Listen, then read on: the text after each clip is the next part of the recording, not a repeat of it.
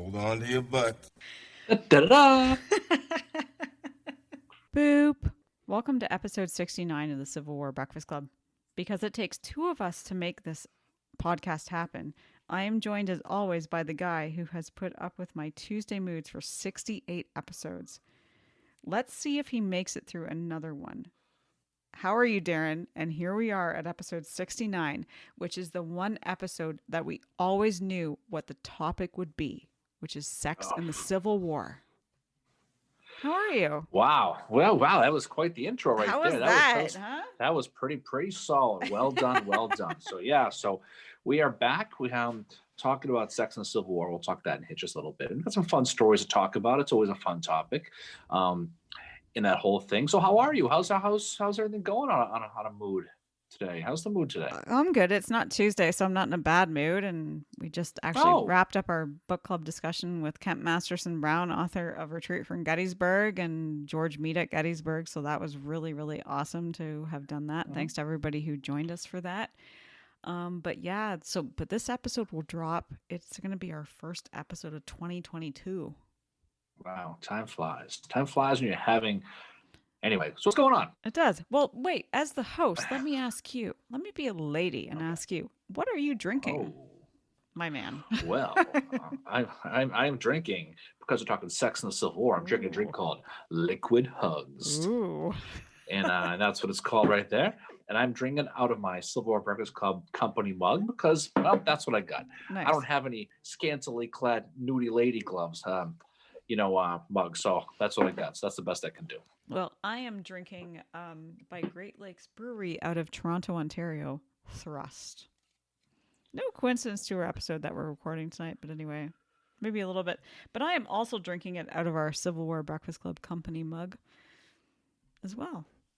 Excellent. So there we go. So let's get into this episode, Sex and the Civil War. This is the one episode that when we started talking about doing this podcast, we talked about, getting to episode 69 before we even started recording episode 61 or 61, episode 1, that we wanted to make episode 69 an episode about sex and the Civil War. And last year at Valentine's Day, we did an episode about Valentine's Day and all that, but it didn't touch on the stuff we're going to touch on tonight, which is going to be about pornography and venereal disease and just some of the stuff that happened during the Civil War, as well as a couple of fun general stories to do with sex and the Civil War. So we're going to talk before, too, once we get started. We're going to talk about how before and during the Civil War, that America was kind of a weird place on how sex was perceived. I mean, you were coming out of that Victorian image of spousal sex. People think Victorians were very prude when it came to sex, and they actually weren't, especially in the Americas, right? Well, no, but there was still that fear. They didn't know how to handle it. And the other issue that was exploding was because of technology. You had an exploding industry of pornography, which is because of photography and newspapers. The Civil War was really the dawn of American pornography and what they called yellow covered literature. And during the war, soldiers found themselves far from home, mostly young men away from their home for the very first time, and they had to find ways to solve their prurient desires, Mary, while their significant others were away, right? And that bubbling male testosterone was a big problem for both armies while they're encamped, and the politicians had to deal with these entrepreneurial people finding ways to profit off of these young and horny soldiers in camp. It really was. And young and horny soldiers. But they were. And it was becoming a gigantic social issue, especially in the North. And definitely the concept of pornography was debated. It was going on, but it was really exploding. And they didn't even know how to define pornography at the time.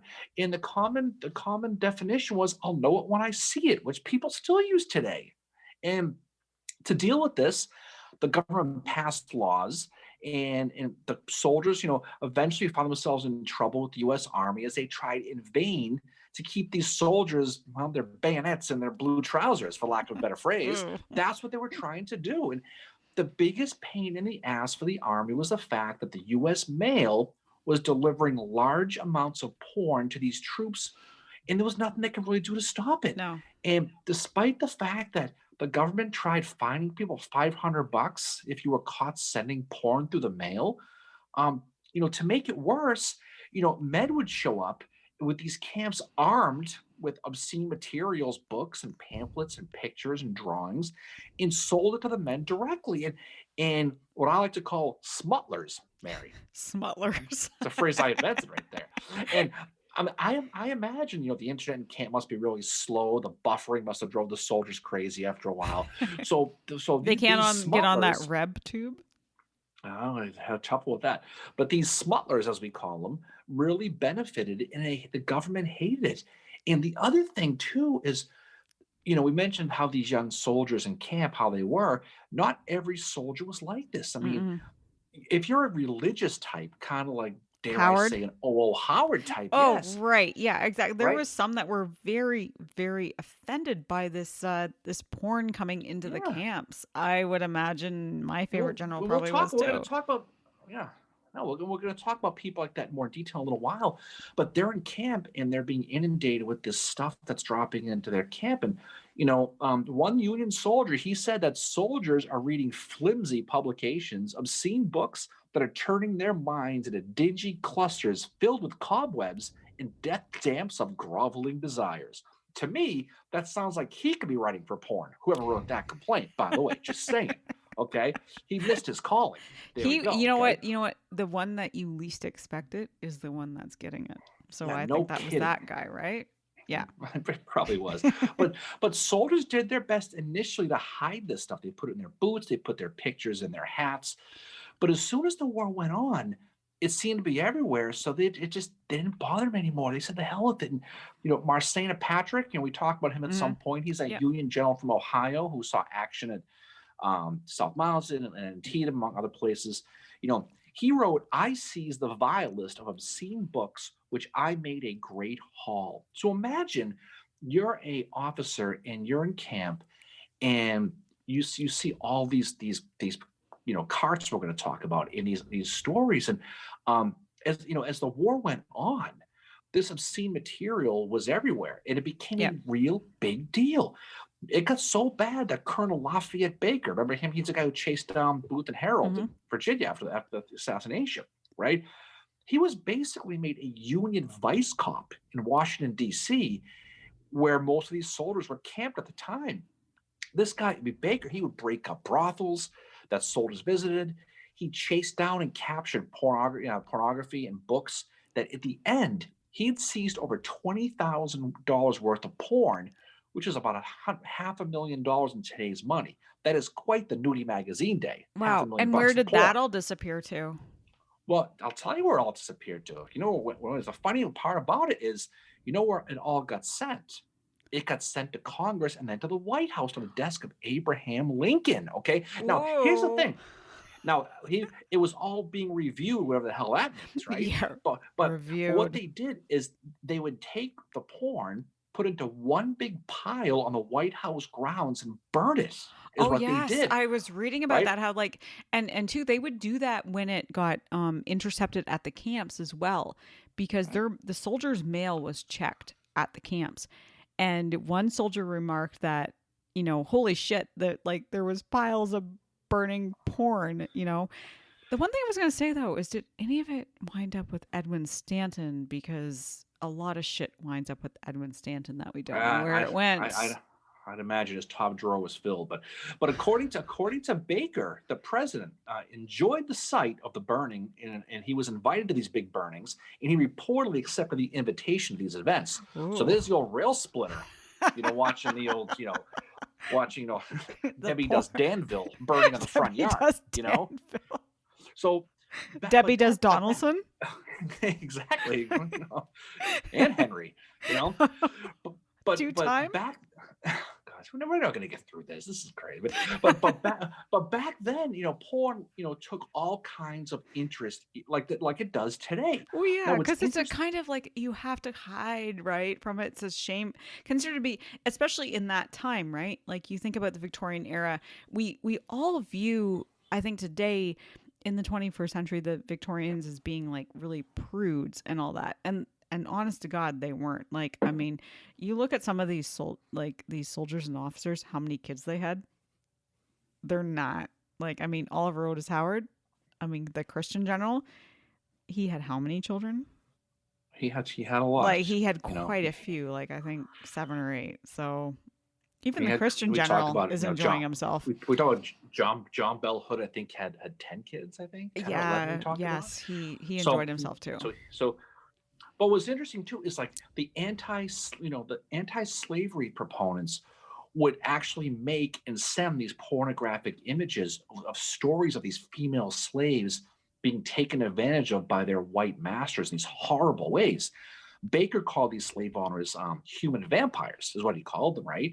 And what they were trying to do is they were trying to paint the picture that the South was almost like a forced harem, Hmm. trying, and he's tying sex to violence to spur this anti-slavery moment. But you know what happened?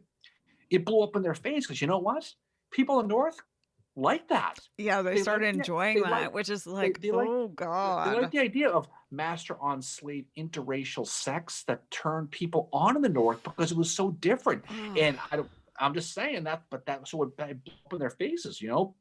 But the U.S. government's prime concern with porn in these Union camps was really because it felt like it demoralized the troops and it preyed on the morals and bodies of men. That's what they would say. Yeah. But at this point, porn and soldiering literally went hand in hand, and it was pretty much impossible to stop as the war went on. And that they called that yellow covered literature I mentioned Hmm. was in every theater of the war, North and South. And the fascination of pornography wasn't just enjoyed by the troops, but the officers as well. And they wanted to, ultimately officers were punished who indulged in it. And as Washington tried to curb it, some of them actually, we'll talk here in a little bit about some of how they actually got court-martialed for it. Hmm.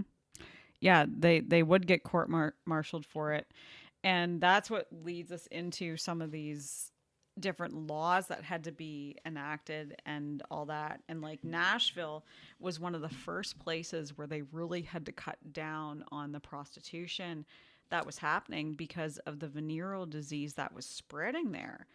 And so in Nashville, they had all these things that had to go against prostitution and all the venereal disease that was there. And there was at one point there was a boat sent full of these prostitutes that had all this disease, and they sent it up the river. And they were like, "You need to go here." And there was like 3 different towns they had to stop in, and every single town rejected them. And finally, they had to come back to Nashville because they just wouldn't accept them there. Um, but eventually, what happened in Nashville is like a prostitute, because the disease was spreading so rapidly among the soldiers, um, uh, a prostitute had to have a letter from a doctor saying that she was clear. And what it would say is she was given a license. License is hereby granted to um, Annie Perkins, a public woman, to pursue her avocation in the city of Nashville, Tennessee, she having received a surgeon's certificate of soundness. If found applying her avocation without such license and certification, she will be imprisoned in a workhouse for a period of not less than 30 days. So if she was found to not have a license or to be not having to go for her checkup, then she could be put in this workhouse. But what they had to do in Nashville as well is they had a soldiers' syphilitic hospital, because that's how bad these venereal diseases were spreading around. And they had one for the women as well that they had to go to. So this is one of the first instances we see of them recognizing that shit, this is part of the Civil War. Like these men and women are going to bang and they're going to get diseases. We have to somehow regulate this because it's going to happen. And that's what happened in this. So you have the soldiers' syphilitic hospital in Nashville happening, and trying to not just, they're not trying to stop what the soldiers and these prostitutes are doing. They're trying to regulate it because they're recognizing like, shit, this is part of this war. and it needs to happen, or it doesn't You need to can't happen, stop but it. You it's have to. you can't Yeah. stop it. You absolutely cannot stop it. Um, and then they had this there's the Nashville Cyprian's Hospital where the women were held as well. Um, and Nashville was one of the first places where this stuff had to kind of be cracked down and regulated upon because it was really starting to hinder the army in a very great way. I mean, it's like you can imagine. I mean, if you think about it, we've talked a lot about Abraham Lincoln with this podcast about the stuff he's hearing about the wartime, the battles, things aren't going well, especially during the war. Yeah. Now he's finding out that these soldiers, there were a lot of them are basically fraternity boys away from home for the first time, and Oh, it's becoming exactly. a huge issue. Now you're worried about getting shots, or you're getting malaria or some yellow fever type thing. Now you got to worry about getting gonorrhea and syphilis and God knows what the hell the Rose Woods is carrying. Oh my God. What's a clown? Exactly. And there was funny stories out of Nashville, like, for instance, in Nashville in September of 1864, Lady Godiva's ride happened, where it said the good citizens of none other than Cherry Street from Cedar to Broad were treated to a sight so insufferably disgusting that it would be allowed no mention in our columns were it not to call the law to prevent repetition of a similar occurrence a fleshy fille de joie, whose sense of modesty seemed wholly to have been merged in large development of her physical charms. Entirely nude from her waist heavenward, an open hack drove rapidly up Cherry Street. She was attired in a deep red dress, a jaunty hat trimmed with red. She reminded us of a conflict of arms in the ocean of blood. As she passed the Maxwell barracks, the hundreds of soldiers set up a lusty and continuous admiration, better imagined than described. There may be pleasure of those frail daughters of humanity in thus airing in the grateful evening air, but it is a pleasure we would fain believed shared in by none other than themselves. We think that the women who thus exposes to and pollutes the public view with her disgusting newness should be fined and punished to the full extent of the law. So there is a bit of, with this, like, the women that do this, there's obviously prejudice against them too. Well, I mean, yeah, there's no question about it. And the government tried to do a lot, and they weren't trying to be prudish. They were No, afraid of disease. They were afraid exactly. of morality. And you also, like we said before, you've got soldiers who weren't interested in that. It was causing factions within these camps. I mean, what you were running into is these sexually charged, male-dominated camps of pure early 20s Yep, testosterone. It's exactly. what you had. And you also had people trying to mail stuff to them to profit off of it. The people coming into the camps. And, the best they can do is they try to, regulate the prostitution industry. They tried to punish Yep. the ones that weren't being regulated.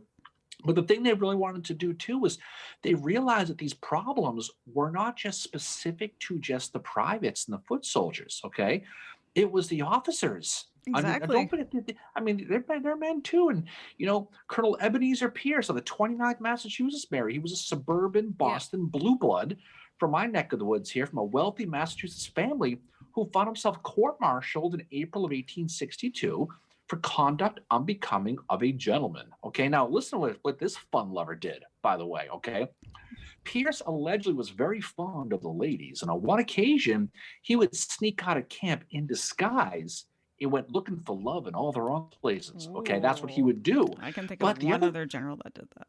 well, there's a lot of that. But this is the other thing he did, and they really tried to get him for. He enjoyed he had a book called Fanny Hill. I'm going to tell about that in a second in detail. Okay, he Yes. had this book, and he loved to enjoy reading the dirty parts to his soldiers. Yep. Just picture him on the campfire, everyone's sitting around him like all little kids at a campfire, Cub Scouts, That's what they used to and he's do. right. And while they're on the Virginia Peninsula, they're reading this. Now, let me tell you about this Fanny Hill. Okay, now this Fanny Hill was Oh, just I've one of read about many her. many sultry stories that made their Yep. ways into Civil War camps throughout the war. Now, this one, I mean, it's so funny when you read these details because it could be written today, right? This Exactly. one's just is the story of a naive country girl lured into a life of prostitution in the seedy London underground. Okay, That sounds like some of the Harlequin romance novels I see at the well, yeah, library I but work but but at. but Fanny found herself in all kinds of situations, Mary. She found herself in scenes of public sex, orgies, cross-dressing, as well as lesbianism. Basically, this book had everything except a plumber and a pizza guy. That's what this book had, right? And So a it had bang the barn? Where's whole the thing. bang barn? Exactly. Well, they probably had that, but the book would get passed around the 29th Massachusetts and was read by just about everyone in camp.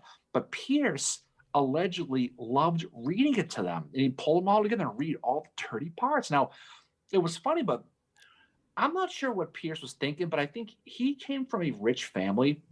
I think he probably did this as a way to kind of level the social scale a little bit with these poor farmers and merchants that were privates and sergeants in his camp to maybe level that playing camp. But all he did was create a sexually charged camp. Now, Yeah. Pierce himself found himself sitting on that military court as part of that formal court martial.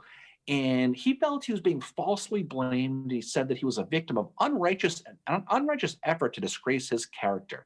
Now, the thing is he also had no idea. He said, "I have no idea how the book got in my tent, but it certainly isn't mine." So that excuse has been going on forever Oh and ever my and ever. god, Okay, that's like and drugs so today. I don't know how the cocaine got you there, know but hey, now, if not mine. what he should have said was he was just reading it for the articles. That would have got that's what he should have said. Okay, but he didn't do that. But some of the soldiers of the 29th actually testified against him, and recalled how they read them the lurid parts out loud. And at one time, he called some of the privates into his tent to sing dirty songs, which they were asked to recite at the trial. Now, one guy, his name is Lieutenant Thomas Mayo. He testified and told a story of a song where a lyric described a man who put his hand where the curly hairs grow, into where a court official, uh, into which a court official asked, "Was it a song called A Farmer's Daughter?" And Mayo said, "Yeah, that's the one." So if the judge do the damn song about that one Oh lyric, my that just god. so it goes to show. So Ebenezer Pierce was eventually acquitted on all charges. Ironically, he lost his arm at a battle of White Oak Swamp soon later, so it probably cut down his porn activities anyway. So, Well, I don't but know. You can probably make your other arm. I don't know. That's what Howard did. But you know what though? But as I mentioned, there are hundreds of Fanny Hill like books that were making the rounds Yeah, around these Civil War camps, and they absolutely. found their way into soldiers. And I got a couple of titles, Mary. These are Oh, honest I to think God I true might titles. have a Okay, few too. okay, and such page turners as A Bedroom Bombardment, Toilet Stories of Girls Bathing, in my personal favorite, Storming the Enemy's Breastworks, which proudly teased Oh. its readers in the summary that it tells the tale of a secession girl who unconditionally surrendered her breastworks to an amorous Union soldier. And that's what it said. That was the preview. Unconditionally Oh surrendered. They got my grants involved in god. this. You know, and so um, another guy who got himself in trouble was a guy named Second Lieutenant William Lyman of the 13th New York Yeah. Artillery. He was stationed at Fort Hamilton, New York, in New York Harbor, and he had hosted several women in his tents and allowed the soldiers to peek in and watch. So Hosted. he was hosting it. Hosted. Um, I'm doing Lyman, quotation marks for the people that can't see exactly. in video. Lyman also apparently had a righteous collection of porn photos that he was happily sharing with his men. And when he got caught red-handed, okay, wink, which is what someone caught him, okay, he was found guilty. They got him on this one. Now, these pics were called carte de viste. They were small photos mounted on these little cardboard things, Yeah. and they were suddenly everywhere. They were featuring nudes or scantily clad women, and it was the bane of the Army brass's existence. These photos were the holy grail for the troops. They absolutely were. And this explosion of photography, and this is where it's funny, Mary. It went both ways. The Yeah. explosion of photography also went the other way because the soldiers had their own pictures made. Some of the pictures involved soldiers with their flies down that they would mail back to their spouses back home. Oh my god. I saw one Okay. today that was kind of, I was like, I and it was not in relation to this episode. It was just something I saw on Twitter. It was this soldier and he was posing and I thought, "Jesus, are you trying to be George Costanza?" I mean, but that's what it was. You, there was That was what the pose was yeah. like. It was like George Costanza and I'm like, "The fuck?" But these carts were the Playboy centerfolds of their day, Oh. and many soldiers, the ones who could get them, they decked out and covered the inside of the tents with these pictures. One soldier, an 18-year-old kid named Thomas Galway, he was part of the 8th Ohio. He was in camp in Falmouth, Virginia, Yeah. and took a bad homesickness. He loaded his wall of tents with these photos. It was like a college freshman's dorm room with pictures of bikini pictures up on the wall. Is what Oh he my did. god. And here's the thing too, is the ones who couldn't afford the real ones, you know Yeah. what they did? They got photos from a paper called Leslie's Ladies Magazine, which is like today's Sears catalog. They were cutting out the bra pictures Oh and my putting them on their tents. god. So it's amazing how similar the times were, But yeah, but the nothing changes, technology. right? Galway said he was freezing cold in Falmouth, Virginia. He said we were half starved, but at least we could feast our eyes. That was the quote he said. I mean, these are real soldier quotes. It's hilarious. That is Um, so funny. Glad but again, nothing's not changed. oh no, it's people are people. It's just the Exactly, same. they are. It, Exactly. and it goes back to that Victorian sexual thing you talked about. Well, yeah, Is that what they it think was. they're all prudes, right? And it that's the funny thing about it is, you know, people think they're all prudes and they're not. But I think the next thing we're going to go into is some stories about a few particular generals. Well, we're going to do that in a second, but I got Yeah. a couple more stuff I want to get to real quick Yeah. because, as I mentioned before, not everybody was into this. There were some No, who were they pretty pissed off. weren't. And I want to tell a story about a guy who was a soldier in the 17th Connecticut named Anthony Comstock, okay? Because it's important Oh, to tell yes, his story, Comstock. okay? Yeah. So Comstock. he was from New Canaan, Connecticut, and he was one of these super offended people. He probably got sick of the traffic at 95 in Connecticut and he lost his mind. That's probably what it was. Oh, it's super offended people, so he's like social So, oh yeah. justice So warrior. exactly. So he's going to join the 17th Connecticut in December of 1863. Now his brother, a guy named Samuel, was killed at Barlow's Knoll in Gettysburg a few months before. He was part of that regiment of the 17th that got slaughtered at Barlow's Yeah. Knoll. 80 to 90% casualties, if I remember correctly. Hmm. But Comstock, and here's the thing too, is he traveled to South Carolina with his regiment, and he described in his memoirs about seeing all these battles and seeing these injuries. The only problem was he was full of shit because he never saw one battle. He ended up basically killing time in St. Augustine, and that's the only killing he did because he was at a base there and they didn't do a damn thing. But what he did though is since he couldn't get involved in war, he got involved in a war on porn. So he was the guy. He was the narc. So instead of being universe rebs, it was him versus these porn people. So he felt it was his job to save young men from their erotic imaginations and confiscate photos he gathered obscene newspapers from the regiment. Wow. So you can only imagine how popular this made him in that camp. One day he returned to his tent to find it full of garbage and full of smoke. His soldiers, like, what the hell? He helped spearhead a directive of the 17th Connecticut that would mean they had no liquor on Sundays. They were required to sleep in their own tents every night. And he was so outspoken. He was basically the regiment's Ned Flanders, is what he was. He All right. really, really was. Oliver Otis Howard is the Civil War Ned Flanders. Well, And he's I he's don't like think the he was as general bad version. as this guy that you're talking No, about. you know, Howard had a but little bit more leeway than that.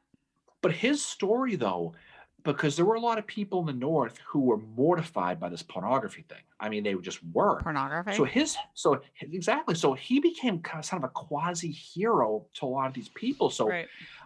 his story was embraced by the North and saw pornography as an abomination that needed to be stopped. So, and it's so funny how Comstock, it's the pop culture that you give me a hard time about. Pop culture? The TV show The Office, Yes. the prude holder now Angela. Remember what her cat's name was? Angela, what was Angela's cat's name? was Comstock. That was It the name of the was, cat. And it yes. was and she named it Comstock after this guy in the TV show. That was how she Wow. was, right? And God, so I hate by this Angela. oh god, by December of 1864, Congress is debating the 13th Amendment, right? The one that abolished slavery. Yeah. But it was as time went on, they were using the sex stuff and this morality thing Yeah. to kind of redefine marriage. So what they did too is they made it so any black soldiers fighting in the Union, their wives would receive pensions, which is kind of a new deal. Yeah. Um, and what it also did too is they strengthened up that mail rule, Yeah. where it said that if you get caught mailing porn, you're going to get in a lot of trouble. It was supported by a guy from Ohio named Senator John Sherman, whose brother Billy took a run through Georgia one time, Yes. right? Yep, it And so, was. so it was that. And so, um, and it was funny because the law wasn't strong enough for some states, especially New York, which was Mhm. kind of the cradle of pornography. It just was, right? Ooh. And um, in New York, a very strict anti-porn law was passed that was supported by a group called the Young Man's Christian Association, also known as the YMCA today, Mary, who wanted to expand that reach across all media sources. So they were really looking to really exactly, and there's a lot of irony with that. Um, but the thing about the effort was, that effort, of course, was aided by Anthony Comstock, who helped Yeah. police. Now, here's what's funny about this guy: he made 15 citizens arrests of people with porn. Can you imagine that? That's what he was. He was the Elliot Ness of porn, is Holy what he shit. ultimately ended up being. And so That's a there great was a movie, whatever Elliot Ness is in. there. Oh yeah, exactly. And there's a phrase that came out of the war called comstocking, which is about him Yes. too. Actually, You it's funny. know, Comstock comes up in one of my favorite video games, BioShock Infinite. Comstock is a character in that. yeah. That's really And interesting. so it goes on and on and on. But to your point, some of our friendly generals who we know very very well they certainly enjoyed themselves, and so I know you're excited to talk about one of them there. Though they did. So there's one I want to start off with first of all, really quickly, that he has come up. He's my namesake for tonight. My namesake for those that are not in video. My name is Earl Van Porn. Um, Earl Van Dorn. Just really quickly before I get into the main one I'm going to talk about, Earl Van Dorn was looking for love in all the wrong places. So he was known as a womanizer. Um, and anyway, he ends up having an affair with Dr. Peter's wife. And one day, Dr. Peters returned home to be mocked by the local townsfolk to find out about the affair. And Dr. Peters went to Van Doren not long after that to ask for a leave of absence from the army. And Van Doren gave it to him. And then what does Dr. Peters do? He shoots him and gets killed. Perfect example of looking for love in all the wrong places. It certainly was. Is I mean, Earl he is Earl legendary. is Earl Van Dorn. But the main one I want to talk about tonight is General Gouverneur K. Warren. Um, so he is the Nicky Six of the Army of the Potomac, as we have said in one episode of ours. And the funny thing about Gouverneur K. Warren, so after graduating from West Point, he goes to join the topographical engineers with none other than Captain Andrew Atkinson Humphreys, who is my spirit animal because he swears all the fucking time. Joins him. Humphreys is 40 years old at the time. So Warren would describe him as an exceedingly pleasing man in manners and conversation. And Warren is going to come and he's going to be with Warren throughout these escapades. And they're going to be friends for the rest of their lives. So in the early 1850s, Warren begins keeping a journal. And this journal tells of all his escapades with the women he's with.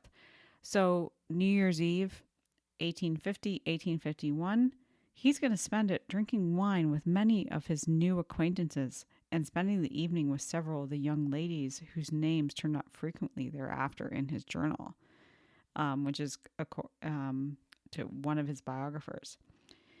He would record details of his experiences in New Orleans, where he is with Humphreys, which was a social whirl, which he was happily joined champagne suppers, hunting expeditions, card games, evening soirees, and the beautiful New Orleans belles. His birthday happens to be January the 8th. All the ladies of my acquaintance drank my health at dinner. And he also wrote his sister Eliza, I have now quite an extensive lady acquaintance, with no less than 3 of which I am very interested. And at one point, he ends up in Baton Rouge, in which he says he went to a dance that evening where he met a Miss Chambers and I forget, with whom I flirted. So he doesn't remember her name, but he flirted with her. And then, where Warren works, he plays hard, which I think we're going to see in the general that Darren is going to talk about. Mm-hmm. He carries on with his social life that he absolutely loves. So he and Humphreys end up going to Pascagoula, Mississippi, where Warren ends up having to look after Humphreys because Humphreys is not doing very well at the time. Keep in mind, they are serving the Mississippi, which is going to come in hand for later on in the Civil War when Grant is up there. This is what they're doing right now. And by this point, when Warren is in this point at this time, he writes in his diary, I've won quite a reputation for dancing and can have a partner in any lady I wish. My success here at the South quite astonishes me. It's like, wow, dude, you're making it. And as much as he is with the ladies, as I said, he's very much, like he's hard at it with work as well as an engineer. And he says, I am distinguishing myself in a new line for an engineer, but the truth is I have nothing else to do. And it's kind of like, really, dude, your diary proves nothing else. Because he wrote in his diary all his escapades that he's doing. And then he eventually travels back east, and he sees a lot of plays, meets a lot of ladies, but then we have the Civil War happening. But Gouverneur K. Warren is a guy that before the Civil War, he's like clearly playing the field, but he's also working really damn hard at being an engineer, becoming who he is. But it's fun because in his diary and his letters to, of all people, his sister, he's writing of all this shit that he's doing as well with the ladies on the side. Oh, and that's the thing is, again, these are people too, and these Exactly. people too, and my little story. And people who study these things or read these things, these are no surprise stories. But some people might be surprised how Winfield Scott Hancock handled himself in his younger and more vulnerable days married. I'm not He shocked by was that reading about how after reading about Warren, because they're kind of the same way. They were playboys before they were married, and then they were all like, "We're done." He was a soldier's soldier, but he was also a ladies' man, is what Hancock was. Mm-hmm. And real quick background: 1844 West Point grad. He was sent to the second. He was second lieutenant in the 6th U.S. Infantry. Got sent to Red River before heading to Mexico in 1847 in Puebla, Mexico. So on the fields, Hancock was brevetted as a first lieutenant. For his actions at places like Churubusco and Contreras. So he had a strong military success. He didn't fight in Mexico City, the siege, because he was sick, but he did remain in the city after the fall until the final peace treaty was signed eventually in 1848. But during that time, he took full advantage and he proved that he was not all work and no play in the early part of 1848. Oh, he's like Warren, right? No. Exactly. Now, during this time, don't forget, he's a 24-year-old bachelor, okay? And his 22-year-old wingman was a guy from Virginia named Harry Heath. And they would hit the town nightly, and they would scope out some of Mexico's finest senoritas. That was what they were looking to do, right? That's amazing. Now, what was funny was that one of their guys who they wanted to go with them was Louis Armistead. And he was married, wanted no part of it. He wanted to stay back, so he didn't go. So just picture Heath and Hancock hitting the town. Now Hancock, I mean, he was a good-looking dude. I mean, he was a sharp-looking, military guy. He Eh. was quite the hit with the locals. I'm just saying. I mean, I'm just saying back, whatever. Okay. And according to Heath, Heath mentions that he was a tall, handsome soldier with irresistible charm that captivated the Mexican girls. Did he lie about his So height? Like, I'm sure he some... did. So he probably told me he was 5'4", he told me he was 5'2.5". But what he did was he hung around Hancock trying to benefit, trying to be a pilot fish, and trying to because Wow. he knew if he was going to hang around Hancock in his nocturnal adventures, it might pay off for him. So he writes, Hancock and I were quite often invited to attend entertainments given by the Mexican ladies in the city. I owe my invitation to Hancock, with whom these senoritas were all in love. Now, apparently, Hancock would tell a different girl every single night that he had fallen in love with her. And Heath, once he asked Hancock, how in the world can you possibly say you're in love with a different woman every single night?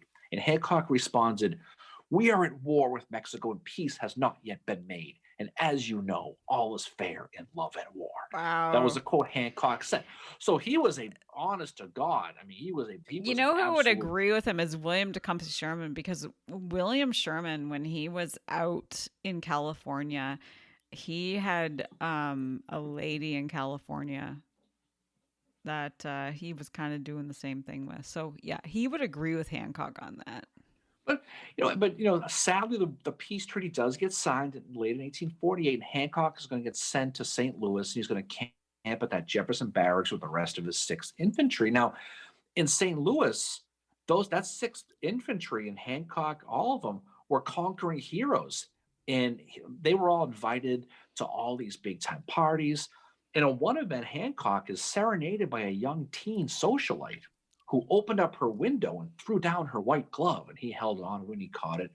And the woman was a woman named Elmira Russell, okay, Oh the daughter of wow. a wealthy merchant, and they soon became hot and heavy, and Ooh. they were the talk. They were the talk of the town, and Heath had She was later called determined, him was after. she? Well, she was very determined. She probably was, Yeah. the Mm, champ. know that. But Heath also noticed that Hancock had become a changed man, like we said a little while ago. At this point, so eventually they're going to get married in January of 1850 at Elmira's father's house, and the wedding was the event of the year in St. Louis. I mean, not much goes on in St. Louis, but that was a big time, right? So just picture outside of the house where they got married, there's a huge crowd gathered. It was so Yeah. big that police had to come and they had to break it up, and it ended up being a big deal, right? But from that day on, I mean, Hancock's days as a playboy were over because they remained married for the next 36 years until death do them part, when Hancock had died.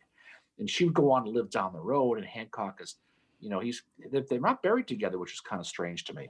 Yeah, that Elmira is buried in St. Louis with her father. that would be interesting to know why that happened, but I think it's kind of like Warren and his wife. Once he met his wife, it was like till death do them part, and I think that's what happened. But you have someone like William Tecumseh Sherman, who is very much like Hancock is, um, before he's married, and he definitely has somebody when he's in California as well, which I mentioned before. But I find it interesting that when these guys suddenly they're like, "Oh yeah, we're gonna settle down," because Warren totally settles down after he meets his wife. And there's many of them that I think do. I think they do. I think they certainly do. But I think what this whole narrative was, despite what you see the Victorian age and you see Gone with the Wind and Margaret Mitchell's book, Yeah, these are regular people they from. I are. mean, I mean, porn was delivered to Lincoln's office, Yeah, there's right? no way he didn't look at it. Nope. He never would. He never did. Never did. But I mean, well, whatever it was. But you can imagine this big porn burning at the White House. It's so funny how Yeah, the but there's world is. also But a lot of myths that stem up around it too. Like you think of Joseph Hooker, where it's like, okay, that's where we get the term hooker. It's not. It originated in, I think it was the 1840s, but it became popular because of him. mhm. But hooker actually wasn't doing a lot of that stuff at all. He wasn't No. drinking anymore. He had quit drinking by the Battle of Chancellorsville. And he wasn't doing a lot of that stuff anymore. He had stopped doing that. And that's where there is a lot of myth from the Civil War from that. And we discovered that too. Like we discovered that somebody like Mhm. Bushrod Johnson was actually he wasn't really into going to the bang barn, right? Same with Custer, another Exactly. one. Yeah, I mean, Custer graduated. Custer did before he was married, but once he was married, Yeah. he didn't. But then you have some of these generals that were like General William Tecumseh Sherman. He definitely visited the bang barn. He was one of the ones that did. I'm sure. I mean, well, he had girlfriends. There's those rumors that they didn't burn Charleston because he had a girlfriend there. Who knows if that's Absolutely. true? Yeah. But some guy at a bar told me to, so it told me that, so it must be true. But who knows? But I think what's fun to study about this is these guys, especially in the camps. You can imagine these tents Yeah. with all these pictures taped to the wall and all these guys passing and reading these little stories and giggling like Yeah. school kids about these little pamphlets and they Yeah. got and what an absolute nightmare it was for the Union. If you're Halleck or Stanton or Lincoln or any of these people, right?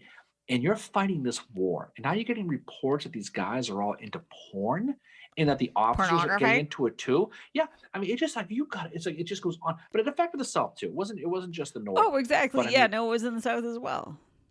but it's definitely fun to study, and I guess this episode is an appropriate episode to do it with.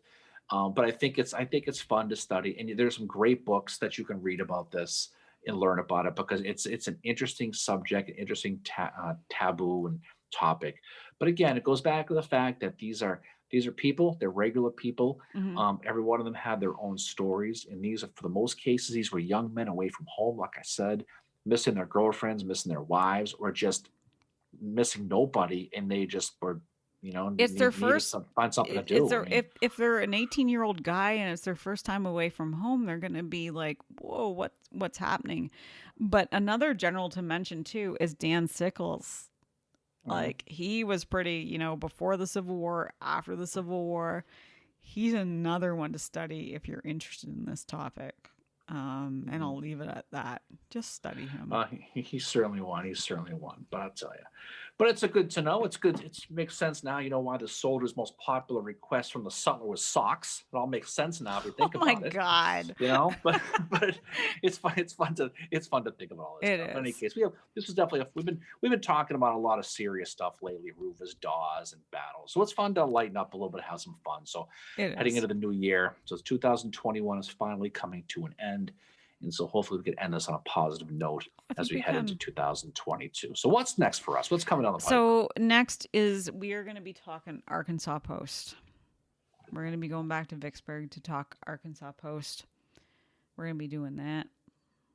It's going to be That'll be a good awesome. one. We're going to talk about the beginning of the Vicksburg campaign. We Yep. touched on that a little bit last year, so we get to spend more time in Yep. We're going to be that going battle back as well. there.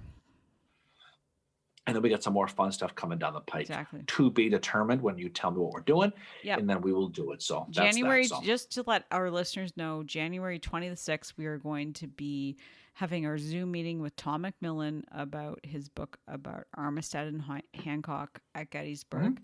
via Zoom, 6 p.m. Eastern Standard Time. That's our first book club for 2022 is Tom McMillan's book about Armistead and Hancock.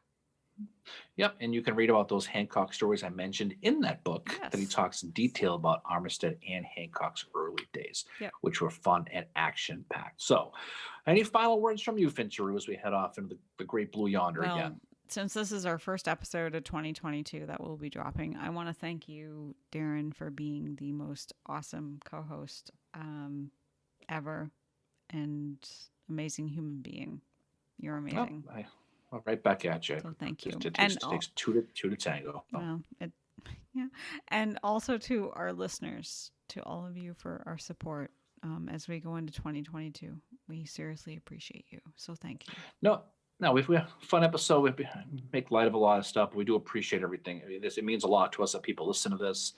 We're just a couple of Civil War nerds hanging out talking, Yep. and people enjoy it. And and there's a lot of cool people we've met along the way, and we'll meet a lot more people going forward with some other things. So, any final words from you before we jump off, or is that what that was?